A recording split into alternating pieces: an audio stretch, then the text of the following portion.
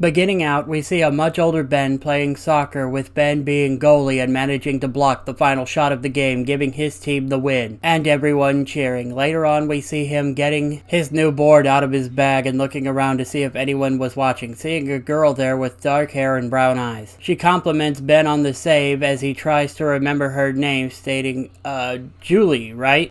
Thanks, I'm gonna go show my grandpa. We see that Julie did seem nice at least, but asked if she could do an interview with him about the game sometime for the school paper, and he says he'll think about it, but that he needed to go, and starts to run off. She follows behind but stays out of sight before seeing Ben drop something on the ground that opened up into a hoverboard as he steps onto it and uses the board to fly off, surprising her since she'd never seen anything like that before. He stops at the fenced-in park for motorhomes and gets off the board as it closed up, and he placed it back into his bag before going over to the second rust bucket and checking to see if Max was home. When he didn't get an answer, he placed his hand beside the door, which made it open after it scanned him. Looking around inside, he sees that there was as we know them, an alien inside that had attacked him, though he quickly rolled out of the way, hitting his wrist and looking up, going, force of habit, before then kicking one of the cabinets, making the side pop open and taking out a taser-like device and frying them with it, shuddering after it let out a scream of pain. He says, "Leave it to Grandpa," with a sigh as he goes over to the control panel and starts messing with the switches and opening up a storage compartment, finding a hollow disk and checking it as Max appeared, giving the same message as in the show, talking about investigating renewed alien activity on Earth and that he has the Omnitrix, along with telling Ben to say hello to Gwen for him before the feed cut out. Being confused by this, Ben goes straight home and up to his room, checking around in his closet. He finds the pod he left the Omnitrix in and opened it, finding that it was still there, and looking even more confused. We then cut to Gwen, who was just finishing up a karate class. She turns, seeing Ben there clapping, and says, "Nice win there, beautiful," as she runs over and the two hug, as she's glad to see him. She asks what he's doing there, and he sighed, saying that he'd wished it was just for pleasantries, as he held up the hollow disc. Nodding, Gwen tells him she'll go change, and they can see what's up, with Ben waiting for her to do that. We see that Ben was sleeping by the time she'd got back, as it had gone from day to night. She saw him napping and joked that was attractive, seeing him drooling. Sitting up, Ben then plays the message for Gwen and shows her that he still got the Omnitrix and that he wasn't really sure what he should be doing. After explaining everything, he's contemplating putting it back on again, though someone in the trench coat tells Ben the Omnitrix ain't his and to hand it over. They run off out of the gymnasium and up to the exit door, which was locked, and so Ben tries kicking it open, though that doesn't work, and the guy catches up to them, telling him to hand over the Omnitrix. Ben says, "Or what?" with the guy going, "Or this," and he removes his disguise, showing them his true alien form, and Ben just quirks an eyebrow, unimpressed, going, "Okay." And this confused the fish-like alien guy, as Gwen then used her powers, and the scene plays out as in the show, except that instead of pink, it is a powdery blue color and sparkles. Ben questions, "Since when can you do magic without needing to call out the words?" To which she says that she's been practicing. Then questions who this guy is and what he wants. The fishman tells them that he's a plumber, and Ben tells them he knows what they are because his grandpa Max used to be one. The guy then realizes that he was the Ben Tennyson and apologized as Gwen set them down and began to explain everything to them. We see that Ben was looking at the watch, with Gwen asking if he was sure about this, though Ben nods and puts on the watch. We then get the scene where Magister Labrid explains about the Forever Knights deal, with Ben stating they've come across them before as they stake out the place. There is no Kevin Levin at this deal, though things play out the same just without him, with Labrid yelling about Earth being only level 2 and the laser lances are level 5, getting them caught and them all starting to fight. Ben activates the watch and hits down the dial, and nothing happens. The watch simply does not work. There is no recalibration, it's just Ben having to deal with the situation without the Omnitrix, and so he pulls something from his pocket that had a ring on one end and swings it around before grabbing it fully by the handle a bit and squeezing, making it protrude a plasma blade, with Ben then taking out one of the knights with it, going for a non-killing blow. After taking out the knight, he grabs a laser lance and begins to use it in battle. Instead, the knights and the DN aliens clear out quickly, after which Ben tosses the laser lance he'd acquired over to Labrid, and Gwen mentions certain she might be able to track the knights down using it. Labrid tells her to do it, and so Gwen uses a tracking spell which works, as she is able to follow where to go to, and leading them to a knight's castle using her energy tendrils to grab the drawbridge and drop it down as they went in. We get Ben telling them this place is creepy and accidentally knocked over some empty armor as Labrid and Gwen look concerned. Ben tells them that they look paranoid as Gwen turns him around to show Ben that there was a dragon guarding the place.